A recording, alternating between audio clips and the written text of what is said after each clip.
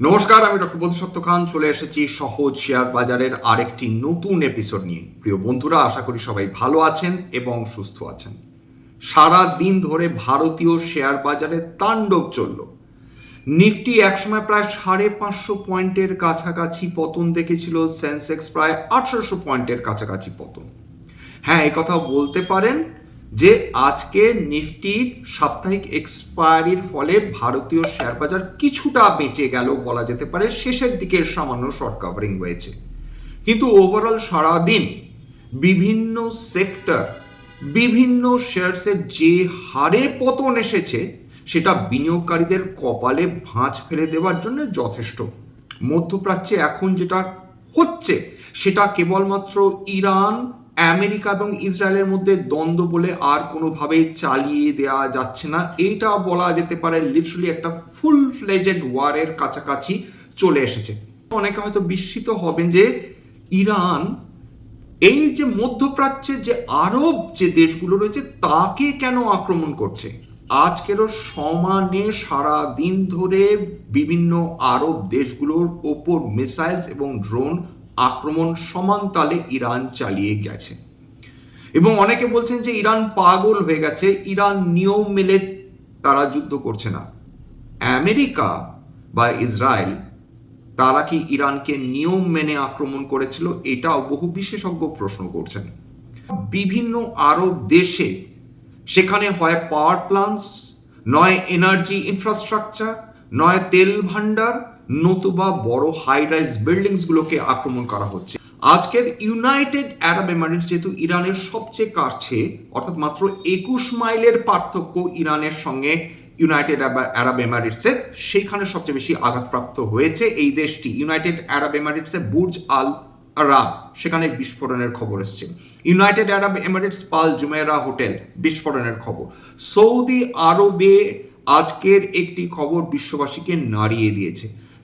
Saudi আরবের সবচেয়ে বড় বা অন্যতম বড় রিফাইনারি রাস টানুরা, সেখানে এক্সপ্লোশন হয়েছে, মিসাইল দ্বারা আক্রমণ হয়েছে। সৌদি আরব এই রিফাইনারিটাকে বন্ধ করে দিতে বাধ্য হয়েছে। প্রত্যেক দিন এখানে 5,50,000 ব্যারেল পার ডে এখানে অয়েল রিফাইন্ড হতো। এবং এটা অ্যারামকো, অর্থাৎ সৌদি আরামকো, যেটা সৌদি আরবের সরকারি কোম্পানি, বিশ্বের অন্যতম ধনী কোম্পানি বা মোস্ট প্রফিটেবল কোম্পানি বলা যেতে পারে, তারা দারুণভাবে আঘাতপ্রাপ্ত হয়েছে। কাতারে পাওয়ার প্ল্যান্ট এবং এনার্জি ফ্যাসিলিটিকে আক্রমণ করেছে, এটা জানিয়েছে কাতারের ডিফেন্স মিনিস্ট্রি। তো ইরান যে আঘাত করে চলেছে তা নয়, যেভাবে সমান্তরালভাবে আমেরিকা এবং ইসরায়েল ইরানে বিভিন্ন জায়গায়, বিশেষ করে তেহরানে তারা বোমা বর্ষণ করেছে, নাতানজ যে নিউক্লিয়ার সাইট রয়েছে সেইটা ক্ষতিগ্রস্ত তারা করেছে। এবং পাশাপাশি কাতার ভুলবশত ফ্রেন্ডলি ফায়ার বলা হচ্ছে, সেখানে আমেরিকা 3টে যুদ্ধ বিমানকে গুলি করে নামিয়ে দিয়েছে, যেটা ভিডিও বিভিন্ন জায়গায় এখন ছড়িয়ে পড়েছে। ভারতবর্ষ এই মুহূর্তে সবচেয়ে বিপদে রয়েছে যুদ্ধের মধ্যে অংশগ্রহণ না করেও। কেন এই কথা বলা হচ্ছে? কেবলমাত্র তেল নয়, তেল, সোনা এবং রূপো এবং প্রাকৃতিক গ্যাস, আজকে তো অবস্থা দেখেই ফেলেছেন এক্স্যাক্টলি কি ঘটেছে। এই মুহূর্তে যদি তেলের দাম বলেন, ক্রুড অয়েল 8.88% উত্থান নিয়ে ট্রেড করছে, 6,633 টাকা প্রতি ব্যারেল। 19 মার্চ 2026 এক্সপায়ারি, এটা এমসিএক্স থেকে ডেটা। সোনা 4% উপর উত্থান, অর্থাৎ 6,760 টাকা। 2 এপ্রিল 2026 এক্সপায়ারি, 1,68,864 টাকায় প্রতি 10 গ্রাম 24 ক্যারেট ট্রেড করছিল। রূপো 4.96% উত্থান, প্রায় 13,250 টাকার কাছাকাছি উত্থান, 2,95,900 টাকা প্রতি কিলো ট্রেড করছিল 5 মে এক্সপায়ারি। প্রাকৃতিক গ্যাস 4.5% উপর উত্থান, 26 May expiry. Strait of Hormuz কালকেরই ইরান বন্ধ করে দিয়েছিল। আজকে ভারতবর্ষের উদ্দেশ্যে একটিও অয়েল ট্যাঙ্কার যাত্রা করেনি মধ্যপ্রাচ্য দেশগুলো থেকে। প্রাকৃতিক গ্যাস আমরা বিপুল পরিমাণ নিয়ে থাকি কাতার এবং কুয়েতের কাছ থেকে, যেটার সঙ্গে আমাদের ভেরি লং টার্ম এগ্রিমেন্ট হয়ে থাকে, লিকুইফাইড ন্যাচারাল গ্যাস বিশেষ করে, সেইটা ক্ষতির মুখোমুখি হতে চলেছে। তেলের দাম বৃদ্ধি হলে যে কি মর্মান্তিক ক্ষতি হতে পারে ভারতীয় শেয়ার বাজারে, সেটাও অনেক মানুষ এই মুহূর্তে বুঝে উঠতে পারছেন না। আমাদের মধ্যপ্রাচ্যে যে পরিমাণ ট্রেড হয়ে থাকে সেটা অকল্পনীয়। আমাদের United Arab Emirates third largest trading partner, তাদের কাছে আমরা 2024-এ 36 থেকে 37 বিলিয়ন ডলারের ওপর আমরা পণ্য পাঠিয়েছিলাম। এই ডেটা আমি নিয়েছি ট্রেডিং ইকোনমিক্স এবং সরকারি ওয়েবসাইট IBEF থেকে। প্রথম কথা, আমরা ওদের কাছ থেকে ক্রুড অয়েল নিয়ে আসি, সেই ক্রুড অয়েল আমাদের রিফাইনারিতে শোধন হয় এবং সেটা আমরা আবার ইউনাইটেড আরব এমিরেটসে পাঠিয়ে দিই। সবচেয়ে বেশি আমরা যেটা ইউনাইটেড আরব এমিরেটসে এক্সপোর্ট করে থাকি সেটা হচ্ছে মিনারেল ফুয়েলস, অয়েলস এবং ডিস্টিলেশন প্রোডাক্টস, অর্থাৎ 8.62 বিলিয়ন ডলারের। ভাবছেন যে ইরানের সঙ্গে আমাদের কোনো সম্পর্ক নেই? ইরানের কাছে আমরা 4 বিলিয়ন ডলারের ওপর এক্সপোর্ট করে থাকি। তার মধ্যে উল্লেখযোগ্য বাসমতি রাইস এবং অন্যান্য পণ্য। ইরানে রয়েছে আমাদের চা বাহার পোর্ট, যেটা ভারতবর্ষ এত যত্ন করে এত বছর ধরে তারা তিল তিল করে তৈরি করছিল, সেখানেও আক্রমণ হয়েছে, সেই পোর্টও ক্ষতিগ্রস্ত হয়েছে। এর ফলে ভারতবর্ষে কিন্তু বিলক্ষণ ক্ষতি হচ্ছে। কেবলমাত্র এটা নয়, ইসরায়েলে আদানি পোর্টস, হাইফা পোর্টের মালিক, সেই হাইফা পোর্ট এখন ইরানের বিভিন্ন মিসাইলস এবং ড্রোনের টার্গেট। আদানি পোর্টস দেখেন, সেটা প্রায় এক সময় প্রায় 5% উপর পতন হয়েছিল, শেষ পর্যন্ত দিনের শেষে প্রায় 3.3% নিচে সেটা বন্ধ হয়েছে। অর্থাৎ আদানি পোর্টস ভীষণ ভালনারেবল। ইরানে ভারতের যে কোম্পানিজগুলো তারা এক্সপোর্ট করে থাকে, তাদের এক্সপোর্ট সম্পূর্ণভাবে স্টলড হয়ে গেছে, কারণ ইরানে এই মুহূর্তে কিচ্ছুটি ঢুকছে না। সেটা চাল বলুন, টায়ার্স বলুন বা অন্যান্য সরঞ্জাম বলুন, ইলেকট্রিক্যালস বা ইলেকট্রনিক্স গুড, কিচ্ছুটি ঢুকছে না ইরানে। ক্ষতি আমাদেরই হচ্ছে। এবং ইউনাইটেড আরব এমিরেটস আমাদের থার্ড লার্জেস্ট ট্রেডিং পার্টনার। সবচেয়ে অবাক করা তথ্য, যেটা মানুষ চমকে উঠছে, যে আমরা জানতামই না মধ্যপ্রাচ্যে 20 লক্ষ ভারতবাসী বসবাস করেন এবং সমস্ত দেশে, সেটা Saudi Arab, Bahrain, Oman, United Arab Emirates, Qatar, Kuwait, Iraq, সব জায়গায় ভারতীয়রা তারা লিটারালি বসবাস করেন। ভারতবর্ষের যে বিপুল পরিমাণ ফরেন রেমিটেন্স আসে, সেটা কিন্তু এই মধ্যপ্রাচ্য দেশগুলো থেকেই আসে। সুতরাং মধ্যপ্রাচ্য দেশগুলো ক্ষতিগ্রস্ত হলে সার্বিকভাবে ভারতে যে বিদেশি মুদ্রা পাঠাচ্ছেন ভারতীয়রা মধ্যপ্রাচ্যে থেকে রোজগার করে, সেটা দারুণভাবে এফেক্টেড হচ্ছে। ভারতবর্ষের মূল লক্ষ্য কিন্তু কোনো পক্ষকে সমর্থন করা না। ভারতবর্ষের মূল লক্ষ্য সবার সঙ্গে একটি বন্ধুত্বপূর্ণ সম্পর্ক রেখে ভারতবর্ষের জন্যে সবচেয়ে ভালো একটা অপটিমাল কন্ডিশন তৈরি করা, যাতে ভারতবর্ষ বিশ্বের বিভিন্ন দেশগুলো থেকে সুবিধা নিতে পারে। এই রপ্তানি এই মুহূর্তে সিম্পলি একটা গ্রাইন্ডিং হল্ট এ চলে এসেছে, অর্থাৎ সম্পূর্ণভাবে স্তব্ধ হয়ে গিয়েছে। কারণ এই মধ্যপ্রাচ্য দেশগুলোতে এখন কোনো এয়ারলাইন্সই তারা রিস্ক নিচ্ছে না, বা সেই দেশের কর্তৃপক্ষ তারা সমস্ত বিদেশি এয়ারলাইন্সগুলোর যাত্রা বন্ধ করে রেখেছে। আমাদের এই মুহূর্তে এক্সপোর্টস দারুণ ক্ষতির মুখে পড়তে পারে যদি এই ধরনের যুদ্ধ ফার্দার এক্সটেন্ড করে। তো আজকে বিভিন্ন সেক্টরস দেখুন, কোনটা ছেড়ে কোনটা বলবেন। যেখানে একসময় নিফটি 550 পয়েন্টের নিচে নেমে যায়, সেখানে কোনো সেক্টর কি আপনাদের রেহাই দিতে পারে? আগের দিন ঠিক দুটো এপিসোড আগে আলোচনা করেছিলাম যে দেখুন, ডিফেন্স এবং যেগুলো আপস্ট্রিম কোম্পানিজ, অর্থাৎ যারা তেল উত্তোলন করে, তাদের ক্ষেত্রে এই তেলের দাম বৃদ্ধিটা একদিক থেকে সাপে বর। আজকের ওএনজিসির দাম বৃদ্ধি পেয়েছে, আজকের অয়েল ইন্ডিয়ার দাম বৃদ্ধি পেয়েছে, কিন্তু যেগুলো ডাউনস্ট্রিম কোম্পানি, যার মধ্যে রিলায়েন্স ইন্ডাস্ট্রিজ রয়েছে, তাদের দাম দেখুন কিভাবে আজকের পতনমুখী হয়েছে, অর্থাৎ সাংঘাতিক নিচে নেমে এসেছে বলা যেতে পারে। নিফটি ব্যাংক 1% উপর পতন, নিফটি মিড ক্যাপ 100 1.5% উপর পতন, নিফটি অটো 2.2% উপর পতন, নিফটি আইটি 1% উপর পতন, নিফটি ফার্মা, যেহেতু ডিফেন্সিভ সেক্টর, যুদ্ধের ক্ষেত্রে এরা সরাসরি আঘাতপ্রাপ্ত হয় না, সুতরাং সেখানে হালকা পজিটিভ। নিফটি মেটাল, যেহেতু কমোডিটিসগুলো দারুণভাবে উত্থান দেখেছে, সোনা, রূপো, কপার প্রভৃতি বিভিন্ন মেটালসের দাম আজকে উত্থান এসেছে, স্বাভাবিকভাবে মেটাল সেক্টর আজকে পজিটিভে বন্ধ হয়েছে। অয়েল অ্যান্ড গ্যাস স্বাভাবিকভাবে 2% উপর পতন।